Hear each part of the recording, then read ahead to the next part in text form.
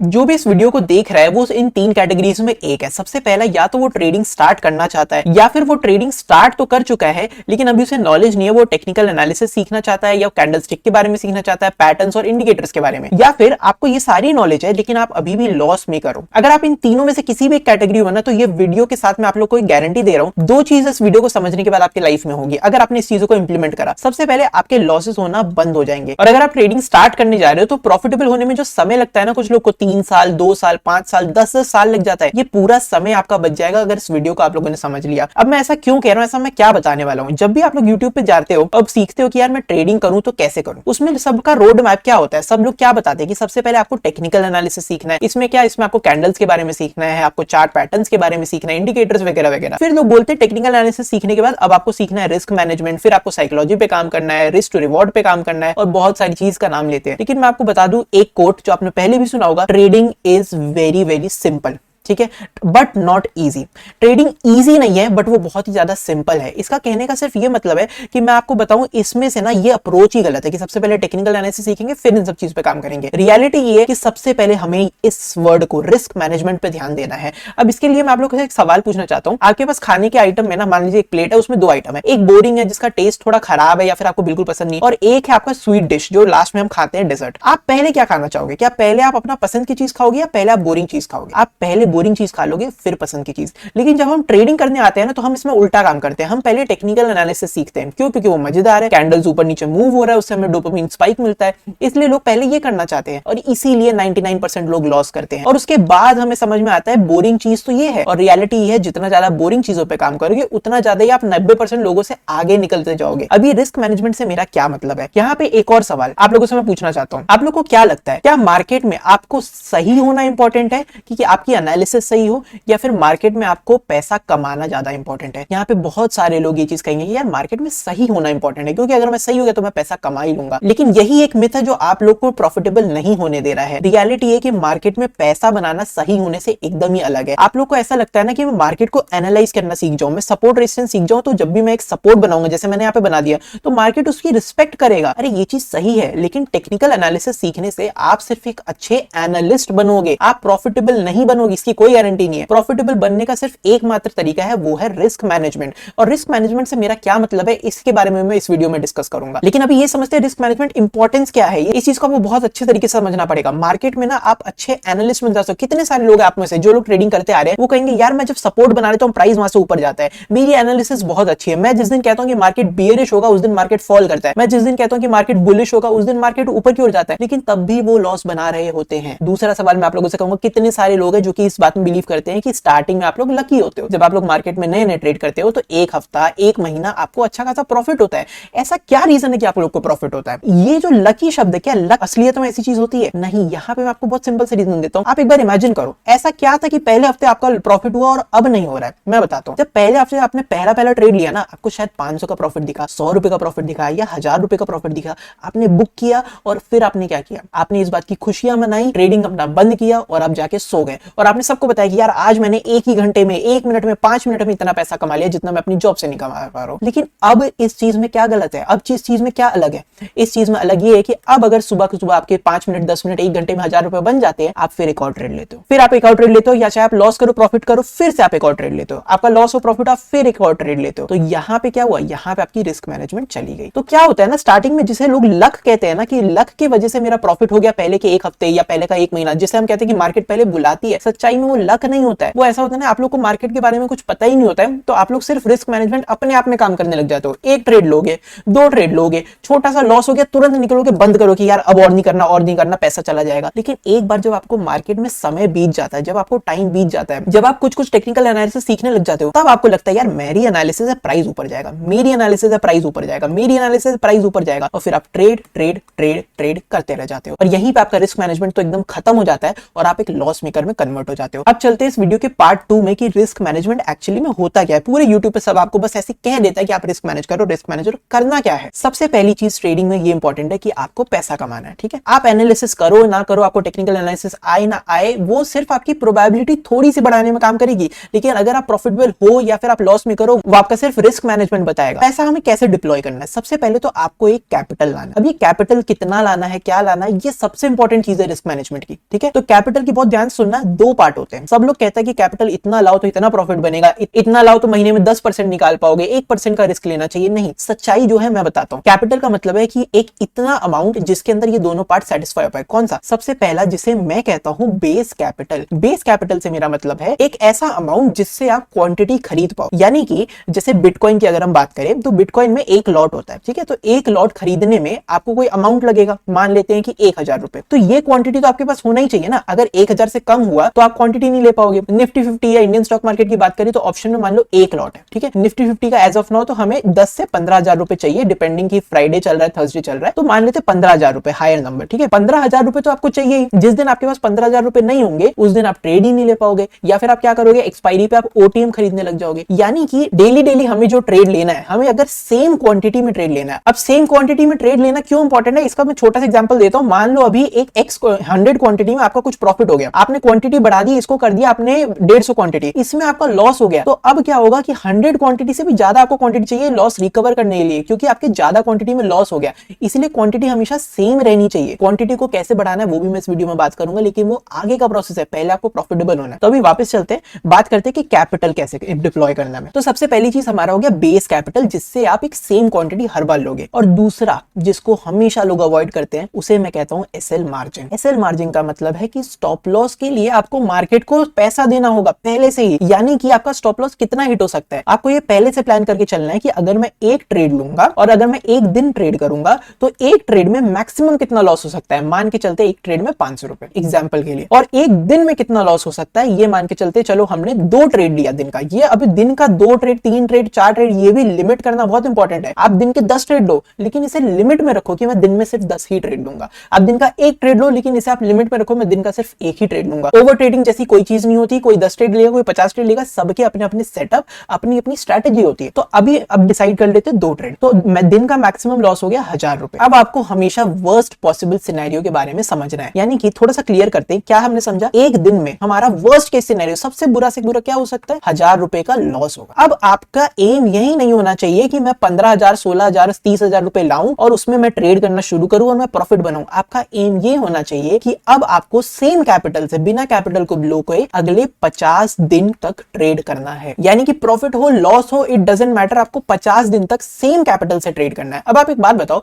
अगर आप 15,000 रुपए लेके आओगे तो क्या आप 50 दिन ट्रेड कर पाओगे? नहीं, क्योंकि क्या पता आपका 1000 रुपए लॉस हो गए, क्योंकि यहां से अगर 1000 रुपए लॉस हो गए तब आपके पास 14,000 रुपए बचेगा। अगर 14,000 रुपए बचेगा तो अब आप क्या करोगे, अब आप एट द मनी नहीं लोगे, अब आप ओटीएम पे चले जाओगे, या फिर अगर आप कैश में ट्रेडिंग करते हो तो आप अपनी क्वांटिटी कम करोगे, क्योंकि अभी हमने डिसाइड करा कि बेस कैपिटल हमारे पास 15,000 तो होना ही चाहिए। तो हम क्या करेंगे, 50 दिन के लिए एक्स्ट्रा पैसा लाएंगे। 50 दिन का मतलब हो गया 50 into 1000 रुपीज। 50 into 1000 का मतलब हो गया 50,000 रुपए। अब ये अमाउंट सुनते ही यहाँ पे लोग वीडियो को स्किप कर देंगे, उन्हें लगे यार इतना पैसा मेरे पास है ही नहीं, कोई ऐसा शॉर्टकट बता दो कि 5,000 में काम हो जाए। लेकिन रियलिटी यही है मेरे भाई, रियलिटी ये है कि आपको 50,000 या फिर 1 लाख रुपए, मैं यहाँ पे ये नहीं कह रहा 50,000 लाना पड़ेगा, मैं कह रहा हूँ कि अमाउंट ऐसे डिसाइड होगा आप कितना कैपिटल लाओगे। लोग 10,000 में भी काम करते हैं, लेकिन फिर उसमें क्या होता है ना कि वो बिटकॉइन में जैसे काम करते हैं। इंडियन स्टॉक मार्केट में 10,000 में ऑप्शन ट्रेडिंग आप करेंगे पहली चीज, ठीक है, क्योंकि क्वांटिटी अब बढ़ चुकी है। लेकिन हाँ, बिटकॉइन में अगर आप जाओ तो उसमें क्या होता है, 10 डॉलर से भी आप ट्रेड ले सकते हो। लेकिन अगर आप $100 इन्फ्यूज करो, $100 का मतलब करीब 8,500 रुपए हो गया, तो अगर आप इतना डालते हो उसके अंदर भी रिस्क मैनेज हो सकता है। क्यों हो सकता है?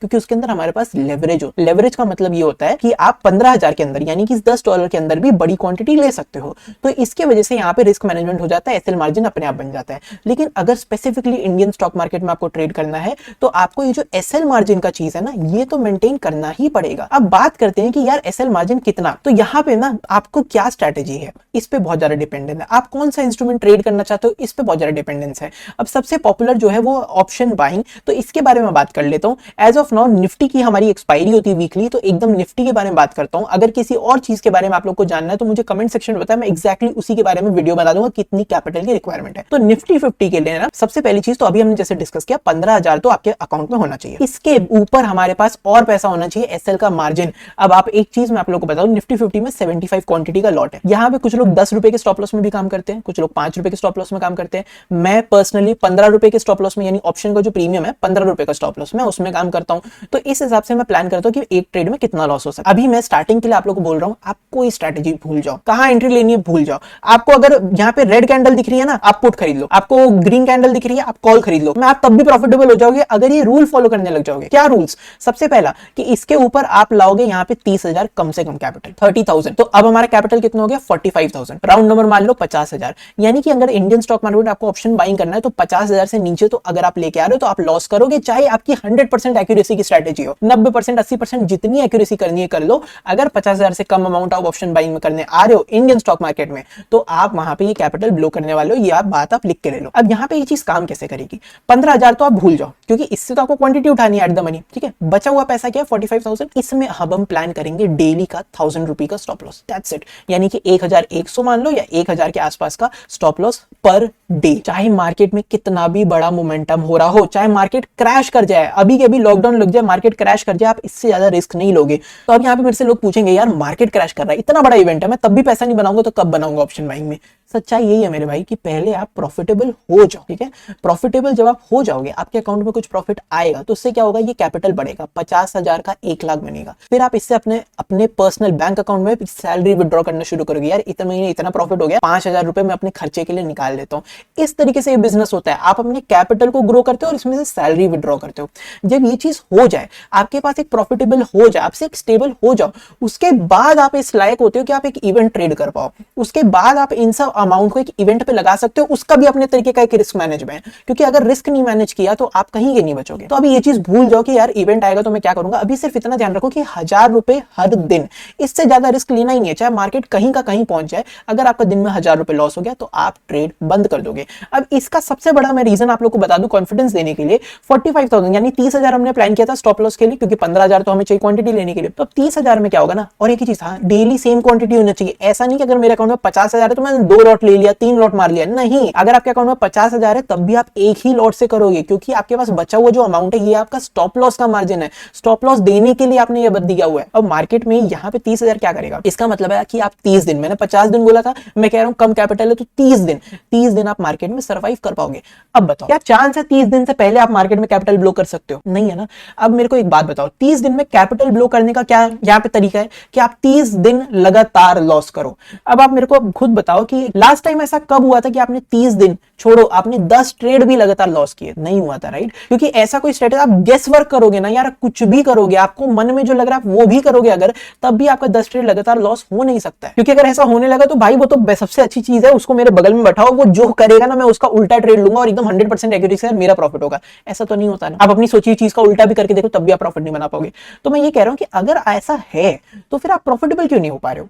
यहां पे अगली चीज आती है जो कि है रिस्क टू रिवॉर्ड, ठीक है।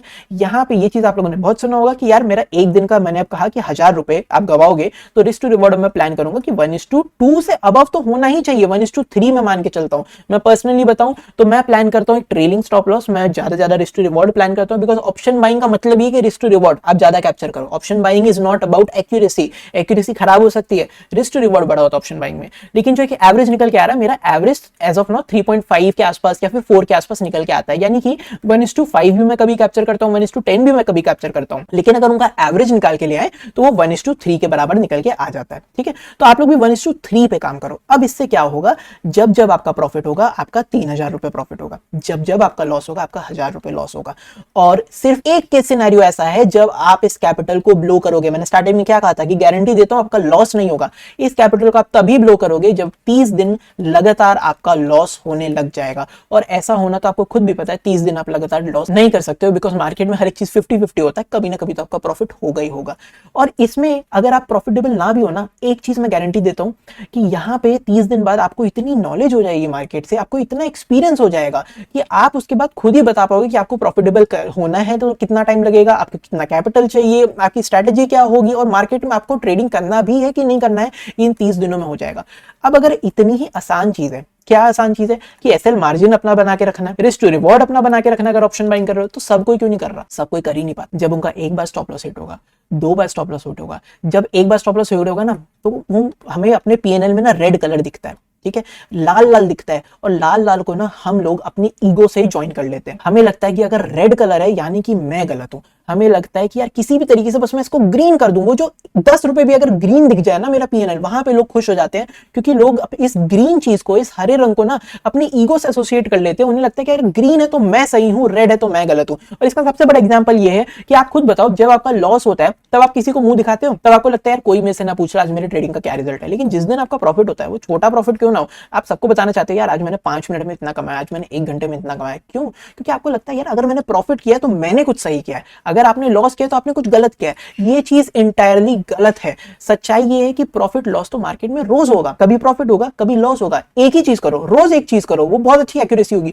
उसमें भी लॉस हो सकता है। और आप मेरी बात मत मानो, हेज फंड खुद ही कहते हैं कि हमारी जो एक्यूरेसी है 40 to 50% निकल के आती है। अब मैं हेज फंड जितना अच्छा नहीं हूं, तो मेरी पर्सनल एक्यूरेसी मैं आप लोगों को बता दूं 25.3 के आसपास एज ऑफ नाउ निकल के आ रही है। मैं कोशिश कर रहा हूं कि एक्यूरेसी धीरे धीरे बढ़ जाए, लेकिन अभी 25% निकल के आ रही है, और इसके बावजूद मैं प्रॉफिटेबल हूं। तो ये चीज रियलिटी है। और ये मैं सिर्फ बात कर रहा हूं ऑप्शन बाइंग स्ट्रेटेजी की, ठीक है। ऑप्शन सेलिंग स्ट्रेटेजी जब होती है तब उसमें एक्यूरेसी आपकी बढ़ जाती है और रिस्क टू रिवॉर्ड कम हो जाता है, ठीक है। तो ऑप्शन सेलिंग अपने आप में अलग बात है, मैं ऑप्शन बाइंग की बात कर रहा हूं। यहाँ पे 25% एक्यूरेसी के साथ भी मैं प्रॉफिटेबल हूं। अब यहीं पे स्टार्टिंग में आज जो मैंने सवाल पूछा था, क्या मार्केट में सही होना सही है या फिर मार्केट में पैसा कमाना ज्यादा इंपॉर्टेंट है? लोग चाहते हैं कि मैं सही रहूं, इसीलिए आप लोग हमेशा कहते हो कि यार मेरी एनालिसिस सही है, मैं पैसा नहीं कमा रहा हूं। क्योंकि सबको लगता है अगर एनालिसिस सही है ना तो वो कोई बहुत बड़ा काम कर रहे हैं, वो कोई बहुत अच्छा काम कर रहे हैं। तो लोगों को लगता है अगर उनकी एनालिसिस सही है ना तो उनकी ईगो बूस्ट होती है, ईगो से अपने आप को जोड़ लेते हैं वो। लेकिन जिस बंदे की एनालिसिस गलत है, जैसे कि मैं भाई मेरी एनालिसिस 75% टाइम गलत होती है, लेकिन मैं पैसा बना रहा हूं, क्योंकि मैं इस गलती को अपनी ईगो से नहीं जोड़ता हूं। मुझे पता है कि मार्केट कभी ऊपर जाएगा कभी नीचे जाएगा,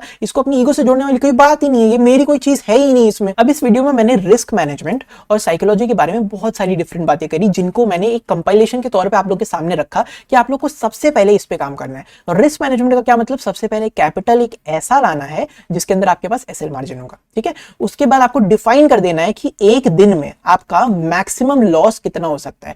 उसके बाद आपको इतना कैपिटल लाना है कि आप कम से कम 30 से 50 दिन ट्रेड कर पाओ। मैं गारंटी दे रहा हूं जिसने ये तीनों चीज फॉलो कर लिया ना, वो 30 और 50वें दिन के बाद ब्रेक इवन से नीचे हो ही नहीं सकता, वो लॉस कर ही नहीं सकता है। लेकिन आप लोग के अंदर इतने गट्स ही नहीं है कि आप 30 दिन तक ये फॉलो करके दिखाओ। मैं चैलेंज दे रहा हूं आप लोग को, आज कमेंट करो कि मैं ये फॉलो करूंगा, और 30 दिन बाद आके इसी वीडियो पे कमेंट करना कि मैंने फॉलो किया। मैं गारंटी दे रहा हूं, मैं आप लोग को अपना पर्सनल कनेक्शन दूंगा। आप आओ मेरे से बात करो, अपना पीएनएल दिखाओ, और फिर मैं अपनी स्ट्रेटजी आप लोग को पर्सनली सिखाऊंगा। लेकिन आप इस चीज को कर ही नहीं पाओगे। जितने भी लोग इस वीडियो को देख रहे हैं ना, वो इन चीजों को कर ही नहीं पाते हैं। उन लोग को लगता है ये तो बोरिंग चीज है, और बोरिंग से ज्यादा ये काम करना ना मुश्किल है। जब आपके 3 दिन 4 दिन लगातार लॉस होंगे ना, तो 5वें दिन ऐसा लगेगा कि यार मार्केट गिर रही है, मैं क्यों ना ट्रेड ले लूं। वो जो एक जो कीड़ा होता है ना ट्रेड लेने का, कि यार मेरा लाल है उसको हरा करना है, यही कीड़ा आपके पीएनएल को पूरे का पूरा लाल रखता है साल भर। आप एक दिन अपना पीएनएल जरूर हरा कर लोगे, लेकिन साल का पीएनएल आपका लाल रहेगा। तो अब यहां पे ना एक चीज मैं कहना चाहता हूं, market is not about right और रॉन्ग। मार्केट राइट सही या गलत के बारे में नहीं है। Market is about how much you make when you are right and how much you lose when you are wrong.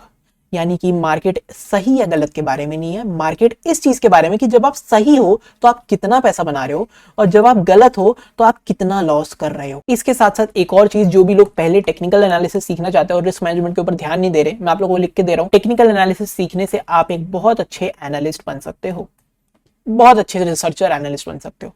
Profitable बनोगे या नहीं? नहीं। जहां पे आपने रिस्क मैनेजमेंट में काम कर लिया, तो आप एनालिस्ट बनो या ना बनो, आप पैसा बनाने लग जाओगे। अपनी ईगो को एनालिसिस से जोड़ना बंद करो, दिमाग से मैथमेटिक्स के मदद से पैसा बनाना शुरू करो।